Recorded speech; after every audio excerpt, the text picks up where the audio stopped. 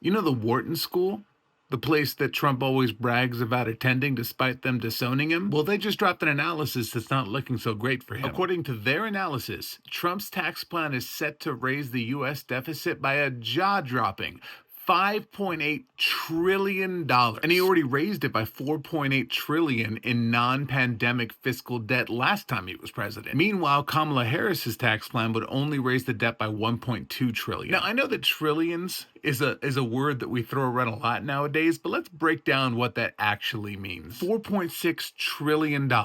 The difference between their two plans is a mind-boggling amount of money. To put this in perspective, if you tried spending $4.6 trillion in dollar bills, spending $1 every second, it would take you 146,000 years to spend it.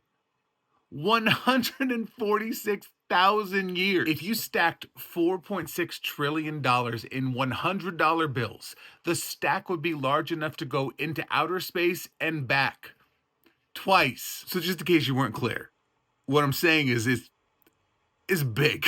And don't believe me, Wharton also looked at who's going to be paying more taxes under these plans. And guess what?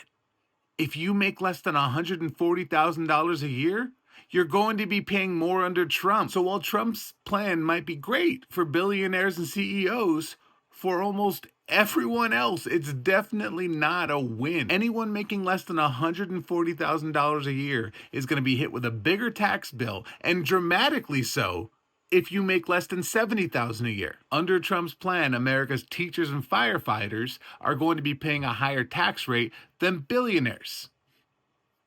So that's great. Harris's plan, on the other hand, focuses on finally requiring wealthier individuals and corporations to foot their fair share, meaning people with lower incomes won't be squeezed as hard as they have since Trump's first term. Bottom line is that Trump's economic plan is set to balloon the deficit by trillions and put a heavier tax burden on anyone making less than $140,000 a year, even causing Nobel Prize-winning economists to call it an inflation bomb. Meanwhile, Harris's plan is a lot more modest with the deficit, redirecting a lot of investments into the lower and the middle class so that the economy doesn't hit regular folks as hard.